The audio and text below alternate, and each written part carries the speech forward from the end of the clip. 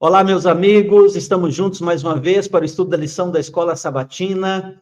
Hoje, quinta-feira, dia 26 de setembro, penúltimo dia da lição desse trimestre. Foi maravilhoso estar com vocês aqui estudando o Evangelho de Marcos.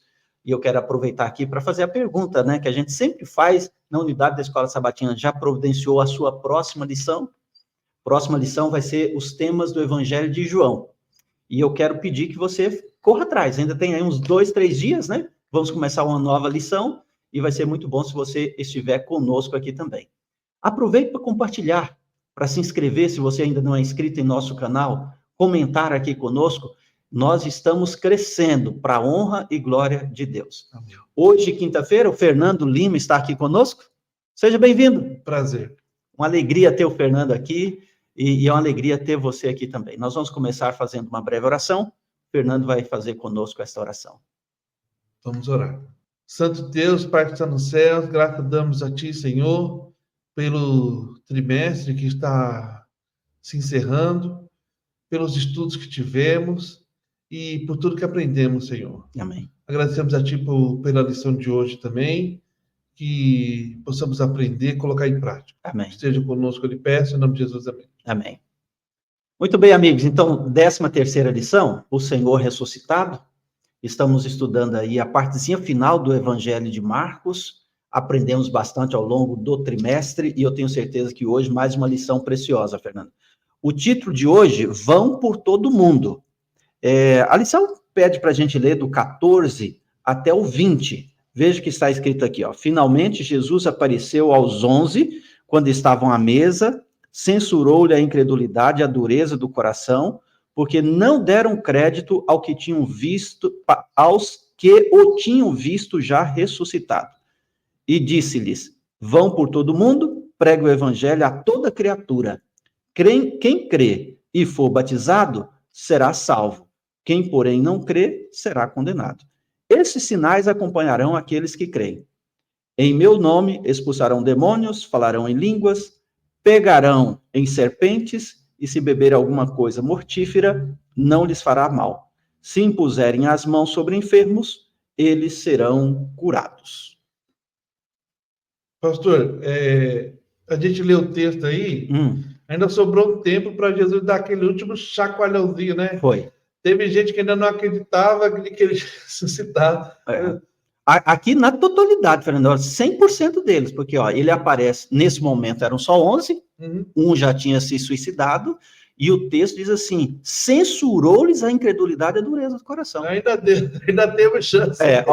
Eles estavam trancados, tinham fugido, com medo de serem presos, estavam trancados, ouviram o relato da ressurreição de Jesus, não acreditaram, e Jesus ainda teve tempo de ir lá e, pessoal, vamos acordar para a vida. Acordar aqui, não estão vendo aqui, não? Aí, logo depois dessa censura, Fernando, Jesus dá uma ordem. Aí depois da ordem, que é a ID. É o ID. Esse ID, vão fazer discípulos, em meu nome, é garantia de que o serviço ia ser tranquilo? Porque, assim, ele até falou, né? Vocês vão passar por problemas e não vai acontecer nada com vocês. Né? Vocês vão mexer em serpentes, se vocês vão mexer em... alguma coisa mortífera, não acontecerá também não faz mal. Mas isso tudo ainda era a garantia de que não ia ter problema nenhum? A compreensão desse texto aqui... Estava com a garantia? A compreensão desse texto aqui, Fernando, é muito importante, porque algumas pessoas dizem, tá vendo? Então, se a gente for, nós vamos falar línguas, então temos que falar línguas. Aí as pessoas começam aí a fazer um barulho aí nas igrejas. Será que é isso que Jesus está falando? É no contexto do ID. Então, você vai por todo mundo, você chega num local. Eita, não é a mesma língua que eu falo. E agora? Como é que eu vou falar o evangelho? Como é que eu vou falar que Jesus ressuscitou para essas pessoas? Naquele contexto, não dava tempo de fazer uma aula das línguas, né, se matricular numa escola, aprender a língua. Era urgente. Então, Jesus diz o seguinte, vocês vão falar as línguas. Eu vou capacitar vocês para falar a língua dessas pessoas. O pegar serpentes, nada acontecerá de mal. Não arregaça a camisa e vai. Não, pode vir pode vir quente que eu estou fervendo. Não vai acontecer nada, não é prepotência, não é arrogância. O que Jesus está dizendo assim? Confia em mim eu estarei com vocês, vou proteger vocês como sempre fiz. Não era exibição. Não, era nada caso disso. Precisasse, caso precisasse, e nesse contexto de pregação do evangelho, tá lá, estão sendo perseguidos, Fernando, alguém vai e quer fazer algum mal. Jesus diz assim, não, vou estar com vocês, vou proteger vocês. Então, aqui não é simplesmente garantia de que não teriam problemas. Aliás, antes, Jesus já havia dito isso, vocês beberão o meu cálice. Vocês serão perseguidos, vocês serão odiados por causa do meu nome, mas eu estarei com vocês.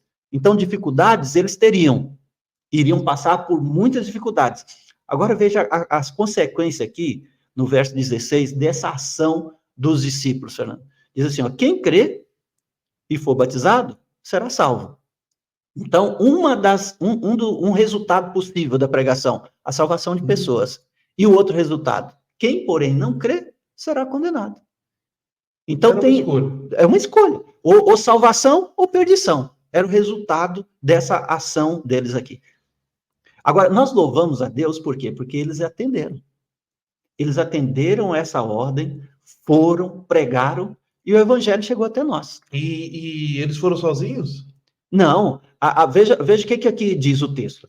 Eu estarei com vocês. O Espírito Santo estaria sempre acompanhando os discípulos nessa missão. Jesus, essa é a garantia. Às vezes a gente pensa assim, ai, que bom que Jesus está comigo. Eu sei, Deus está conosco em tudo quanto é lugar. Você pode ir para o norte, para o sul, para o leste, oeste. Deus é onipresente. Mas você quer ter uma garantia da presença de Deus com você? É quando você sai para cumprir a ordem que ele deu. Quando você sai para fazer discípulos, anjos te acompanham.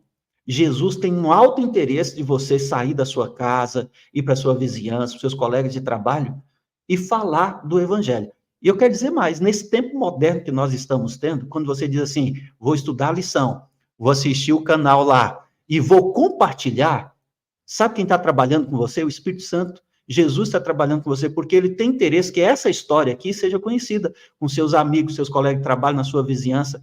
Se você fizer isso agora, por exemplo, olha certeza que Jesus está do seu lado. Certeza de que você clicando no compartilhar aí, mandando para seus amigos, deixa que a mensagem vai para lugares que a gente não vai ter nem...